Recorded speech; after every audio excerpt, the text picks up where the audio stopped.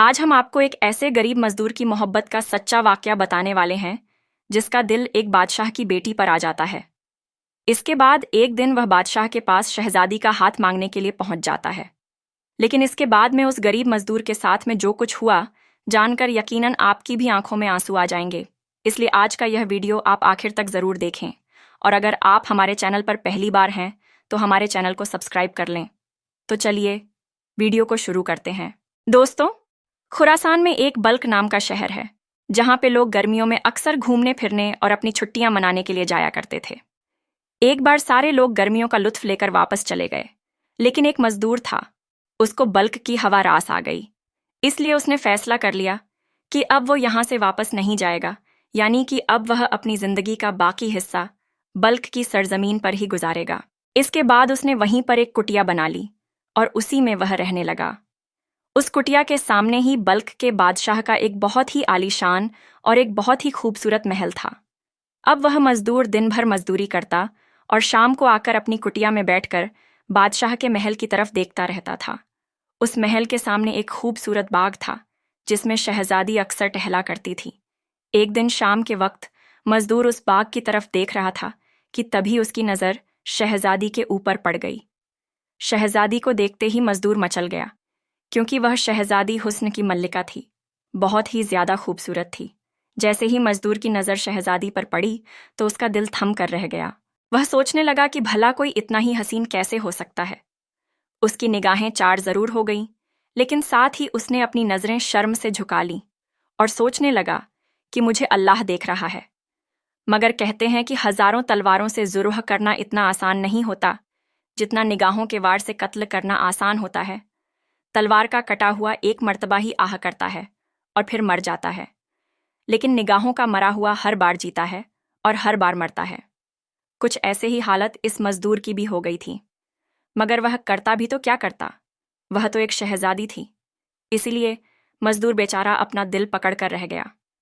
लेकिन अब उसको ना खुद की फिक्र रही और ना ही मजदूरी करने की। अब बस वो तो हर वक्त शहजादी के बारे में सोचने लगा था।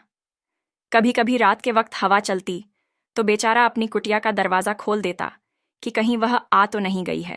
बाहर निकलकर देखता तो हवा का झोंका होता। अब वो कभी हवाओं से बातें करता तो कभी फिजाओं से बातें करता। हालांकि वह एक गरीब मजदूर था, मगर फिर भी उसका दिल शहजादी पे आ गया था। फिर ऐसी हालत में उसके दिन गुजरने लगे। रात ढलती गई, न खाने की फिक्र न सोने की फिक्र।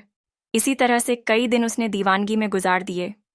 काफी दिन तक वह मुसल्ला बिछाकर अल्लाह के सामने गिड़गिड़ाता रहा।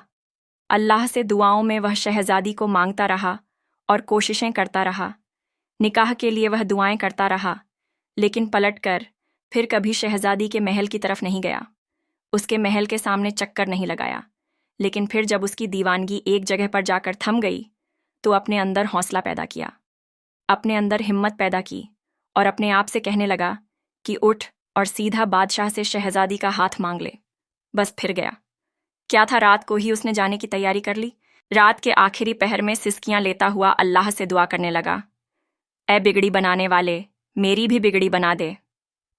ए किस्मत संवारने वाले, मेरी भी किस्मत को संवार दे।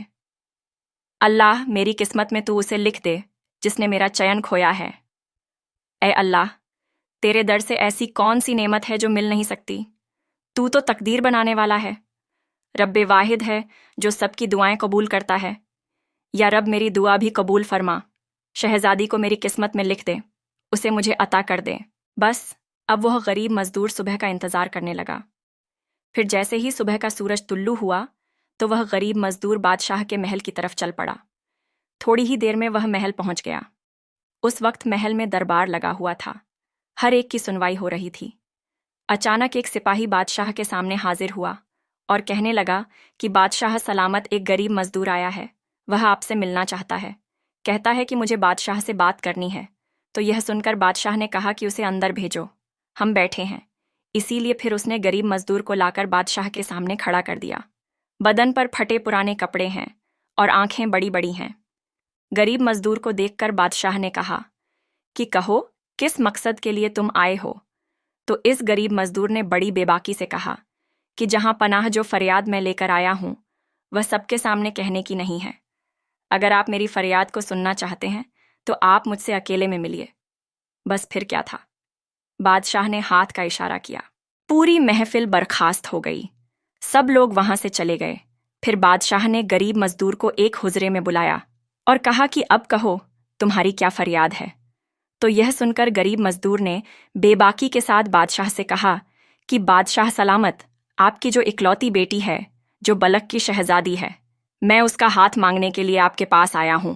उसके साथ मैं निकाह करना चाहता हूं। बादशाह ने जैसे ही यह गरीब मजदूर के मुंह से सुना तो उसके पैरों के नीचे से जमीन खिसक गई।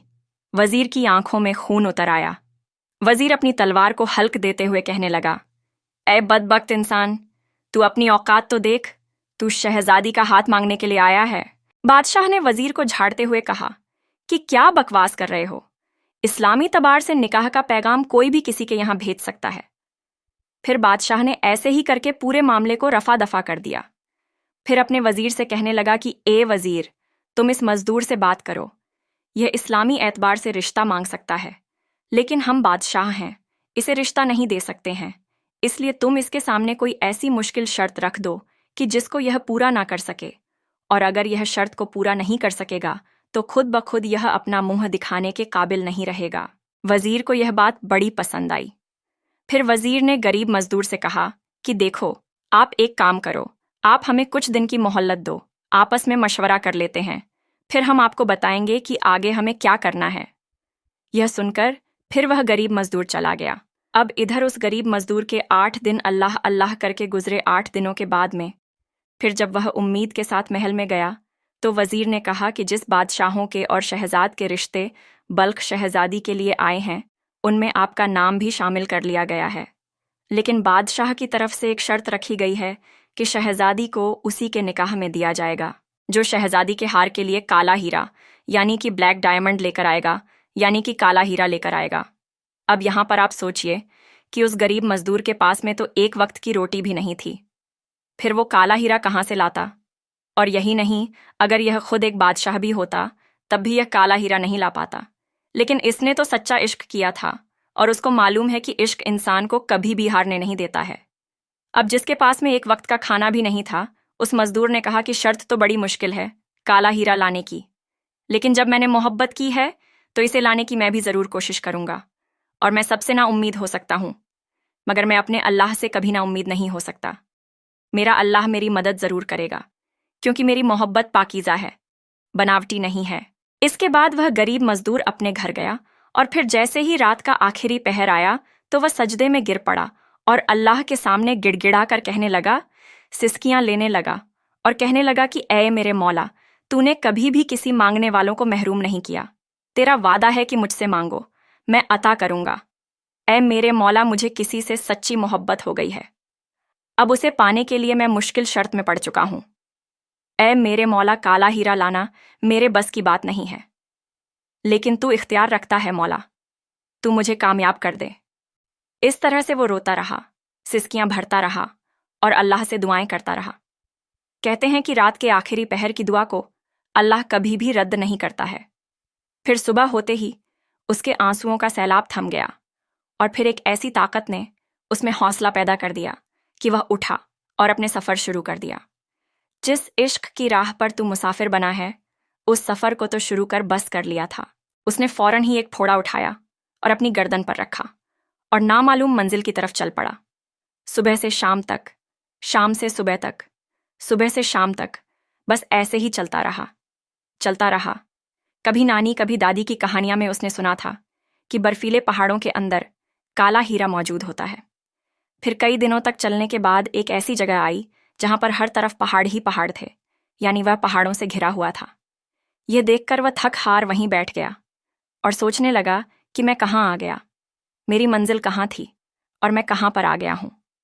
अचानक ही वहां पर कोई आता है और उसके कंधे को धक्का देकर कहता है, ऐ सोने वाले, सोने का वक्त नहीं है, यह बर्फीले पहाड़ हैं। यहाँ एक पहाड़ तो टूट गया है और टूटकर यह जमीन पर आ गिरा है और शाम तक यह पूरी बर्फ पिघल जाएगी और यहाँ पर बर्फ का सैलाब आ जाएगा। अगर तुम यहीं पर बैठे रहे तो तुम अपनी जान से हाथ धो बैठोगे। जल्दी से उठो और सूरज ढलने से पहले यहाँ से वापस निकल जाओ। इतना कहकर वह कहने वाला गायब हो गया। अब वह गरीब मजदूर जिस रास्ते से आया था, उस रास्ते पर पहाड़ी की छोटी गिर गई थी। अब वह उसको तोड़ रहा था, मगर वह टूट नहीं रही थी।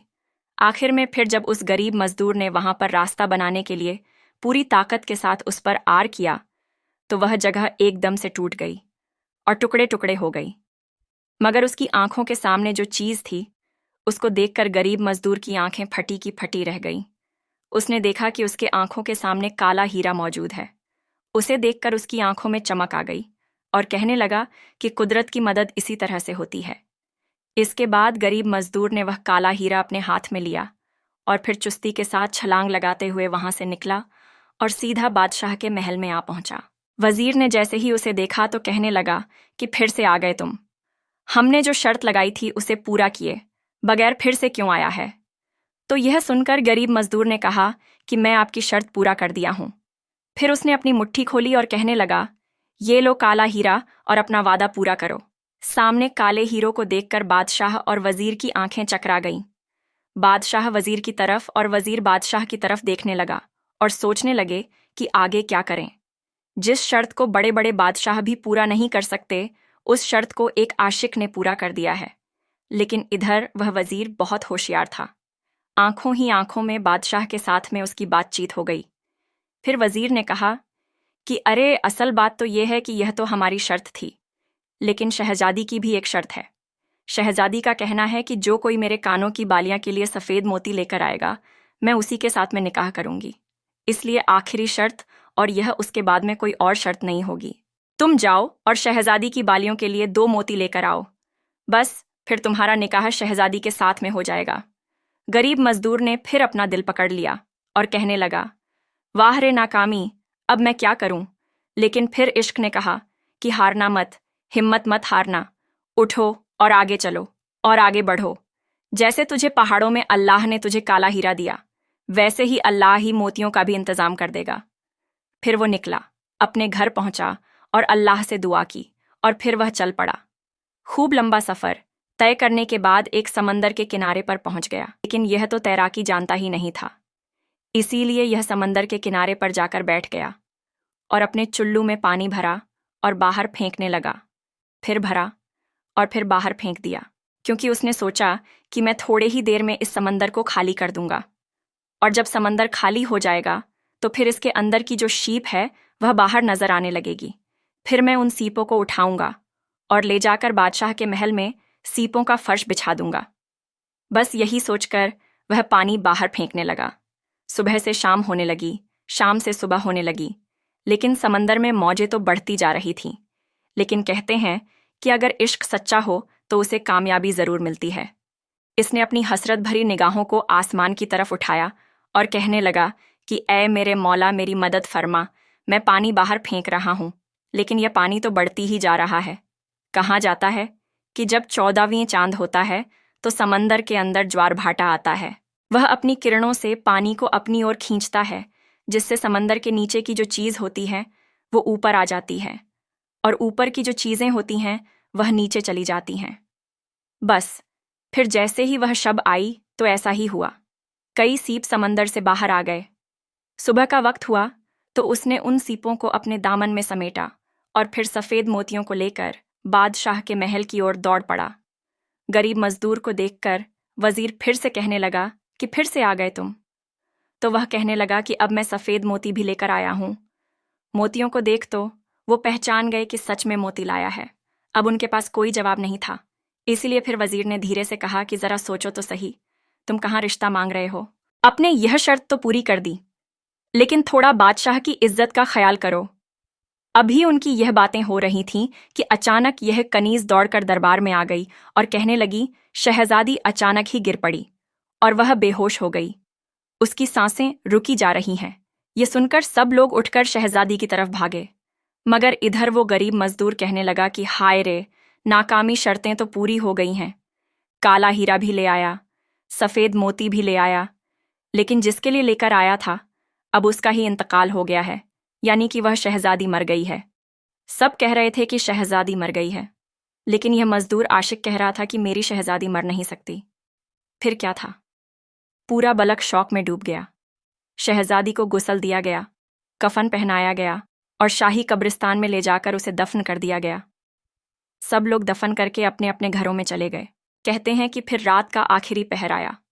वो गरीब मजदूर अपने कंधे पर एक कुदाल लेकर अपनी कुटिया से बाहर निकला। आज वो अपनी मौत को गले लगाते हुए बहुत बड़ा काम करने जा रहा था। चलते चलते यह कब्रिस्तान में पहुंच गया। जाकर ताज़ा तरीन कब्रों को देख रहा था तो उस पर अपने घुटने टेक कर बैठ गया और सबसे पहले उस कब्र की मिट्टी का बोसा लेने लगा। इसके बाद वह जल्दी जल्दी कब्र से मिट्टी को हटाने लगा। कब्र ताज़ा थी, जल्दी से मिट्टी हट गई। उसको तंक नजर आने लगी। उसने फौरन तंक हटाई तो उसे कफन दिखाई देने लगा। वह बेचैन हो गया। जल्दी से कब्र में उतरा और शहजादी को अपने कंधे पर उठा लिया और फिर बाहर आकर कब्र की मिट्टी को बराबर किया और अपनी कुटिया में शहजादी को ले गया और फिर घुटनों के बल बैठ गया और आसमान की तरफ देखकर रोने लगा और कहने लगा, ऐ अल्लाह, जब बूढ़ी जुलेखा फिर से जवान हो सकती है, डूबा हुआ सूरज फिर से पलट सकता है, मुर्दा जिंदा और जिंदा से मुर्दा बच्चा पैदा हो सकता है। तुझे तेरे आखिरी महबूब का वास्ता है, मैंने इससे सच्ची मोहब्बत की है। तू मेरी लाज रख ले और इस मुर्दा शहजादी के अंदर फिर से जान बख्श दे। ऐ मेरे अल्लाह, अगर आज तू इस मुर्दा शहजादी में जान डाल दी तो मुझे एक नई जिंदगी मिल जाएगी। अभी गरीब मजदूर दुआएं मांग ही रहा था कि तभी अचानक दरवाजे पर किसी की दस्तक हुई। फिर जैसे ही दरवाजा खुला तो एक ना मालूम तबीब हकीम कुटिया के अंदर दाखिल हुआ। उसके सर पर एक टुकड़ा था, उसमें कुछ दवाइयां भी थीं। उसने अंदर आते ही सबसे पहले शहजादी का हाथ पकड़ा, उसके नफ्स देखी और फिर कहने लगा, ऐ अजनबी मजदूर, वक्त जाया ना कर, यह शहजादी मुर्दा नहीं है, इसे दवाई को जल्द तलवे में मल। फिर मजदूर ने जल्दी जल्दी वह दवा शहजादी के तलवे में मलने लगा। फिर उस हकीम की निगाह चिराग की रोशनी से वह शहजादी के चेहरे पर टिक गई। अचानक ही शहजादी हरकत करने लगी। इसके बाद तबीब ने दूसरी दवा निकाली और शहजादी की नाक में डाल दी तो उससे शहजादी को एक छींक आई और वह शहजादी उठकर बैठ गई। यह देखकर गरीब मजदूर की आंखें चमक उठीं। फौरन ही अपनी निगाहें आसमान की तरफ उठाई और कहने लगा, या अल्लाह, तेरा शुक्र है कि तूने एक मुर्दे के अंदर जान डाल दी। फिर शहजादी ने जैसे ही अपने आप को बेदार पाया तो कफन के आंचल से अपना मुंह छुपाने लगी और कहने लगी कि मैं कहाँ पर हूँ, मेरे साथ यह क्या हो रहा है। तो इस पर गरीब मजदूर ने कहा कि शहजादी, आपके साथ में कुछ भी नहीं हो रहा है, आप बिल्कुल महफूज हैं। इसके बाद गरीब मजदूर ने सारे दास्तान शहजादी को सुना दी, यानी अब तक की पूरी दास्तान शहजादी को सुना दी। दास्तान सुनकर शहजादी की आंखों में आंसू आ गए। उसको पता चल गया था कि इस गरीब मजदूर की मोहब्बत की वजह से उसे नई जिंदगी मिली है। मैं सिर्फ इसीलिए फिर से जिंदा हुई हूँ, इसलिए उसने फौरन ही उसके साथ में निकाह करने के लिए हाँ कर दी। यह देखकर फिर हकीम ने कहा कि हम दोनों यहाँ पर गवाह हैं, तुम निकाह कबूल कर लो। फिर उन दोनों का निकाह हो गया और इस तरह से उस गरीब मजदूर को भी एक नई जिंदगी मिल गई। अब इधर लोग कह रहे थे कि शहजादी का इंतकाल हो गया है, लेकिन शहजादी तो नई जिंदगी पाकर मजदूर के साथ उसकी कुटिया में रह रही थी। ऐसे करते करते फिर कई दिन गुजर गए और फिर वो दिन भी आ गया कि इस कुटिया के अंदर एक फूल खिल गया, यानी इनको एक खूबसूरत सा बेटा पैदा हो गया। फिर वो बेटा चलने लगा, बोलने लगा और कलमा पढ़ने लगा। तो एक दिन शहजादी ने कहा कि सुना है कि मेरे इंतकाल के बाद अब्बा और अम्मी की तबीयत मस्जिद और मदरसों की तरफ ज़्यादा हो गई है। जगह जगह पर वह मस्जिद और मदरसे कायम कर रहे हैं। हम एक काम करते हैं कि महल में जो मदरसा चलता है उसमें हम अपने बेटे को भी भेज देते हैं। इस तरह से इनका बेटा महल के मदरसे में जाने लगा। एक दिन मदरसे में सालाना तकरीब से उस तकरीब में बादशाह भी आया। नन्हे नन्हे बच्चे ने झुककर बादशाह को सलामी पेश की। जैसे ही बादशाह की नज़र गरीब मजदूर के बेटे पर पड़ी तो बादशाह का दिल खींचता चला गया। वह सोचने लगा, यह चेहरा तो जाना पहचाना सा मालूम होता है। पूछा गया कि कौन है, तो यह बच्चा तो किसी ने बताया कि सामने जो कुटिया है उसमें एक मजदूर रहता है, यह उसी का बेटा है। बेचारा गरीब आदमी है, सुबह छोड़कर जाता है, शाम को लेने आता है। यह सुनकर बादशाह ने कहा कि अब जब भी इसका अब्बा इसे लेने आए तो उससे कहना कि अपने बेटे को महल में लेकर आए।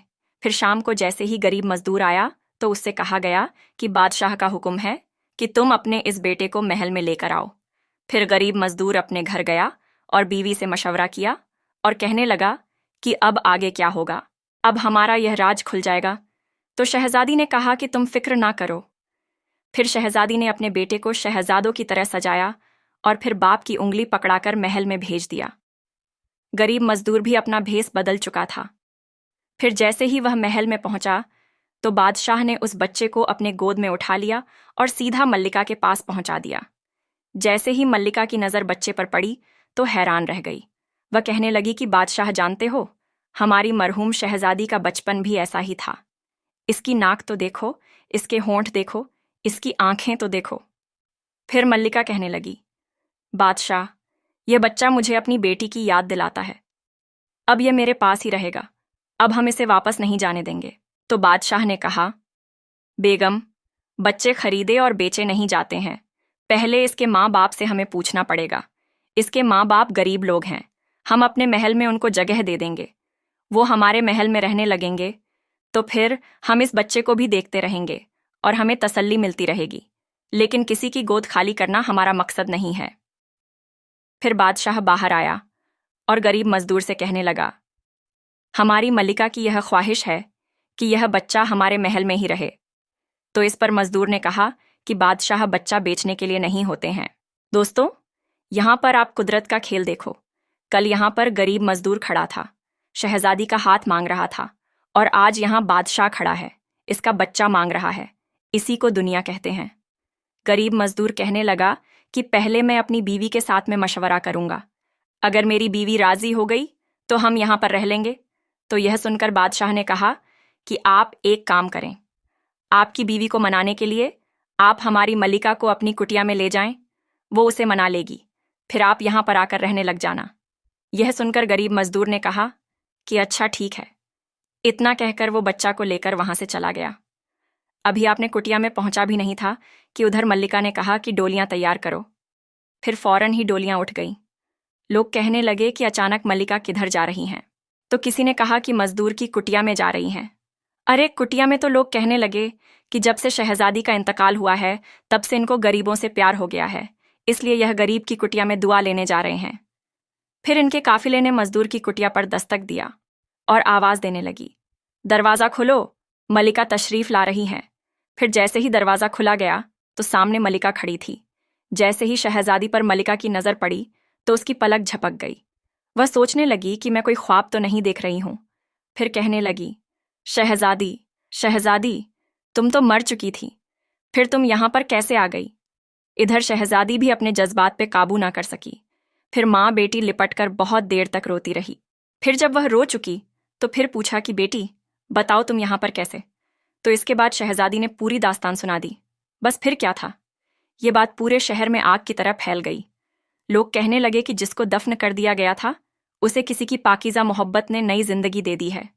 फिर इसके बाद फैसला हुआ, अब तक जिसे लोग गरीब मजदूर कह रहे थे, अब वो बल्क के बादशाह का दामाद है, और वह कुटिया में रहने वाली लड़की कोई गरीब की बीवी नहीं है, बल्कि वो बादशाह की शहजादी है।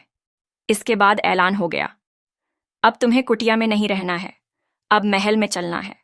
फिर महल से लेकर कुटिया तक सिपाहियों की कतार लग गई, और वह वजीर कल तक इस गरीब मजदूर को डांटा करता था, आज वह वजीर उसके सामने अपना सर झुकाए हुए खड़ा था। तो दोस्तों, यह है दुनिया, यह है कुदरत का फैसला। कभी भी इंसान को पैसों पर और अपनी ताकत पर घमंड नहीं करना चाहिए। क्या पता अल्लाह किस इंसान की किस्मत को बदल दे, कब इंसान फकीर से बादशाह बन जाए और कब बादशाह से फकीर बन जाए। तो यह थी आज की यह वीडियो। कैसी लगी आपको यह वीडियो? हमें कमेंट करके ज़रूर बताएं। यकीनन आपका ईमान इससे ताज़ा ज़रूर हुआ होगा। इस तरह के और वीडियोस देखने के लिए हमारे चैनल को सब्सक्राइब कर लें और इस वीडियो को ज़्यादा से ज़्यादा शेयर करें। तो फिर मिलते हैं आपसे अगले वीडियो में। तब तक के लिए आप अपना ख्याल रखिए। अल्लाह हाफिज़।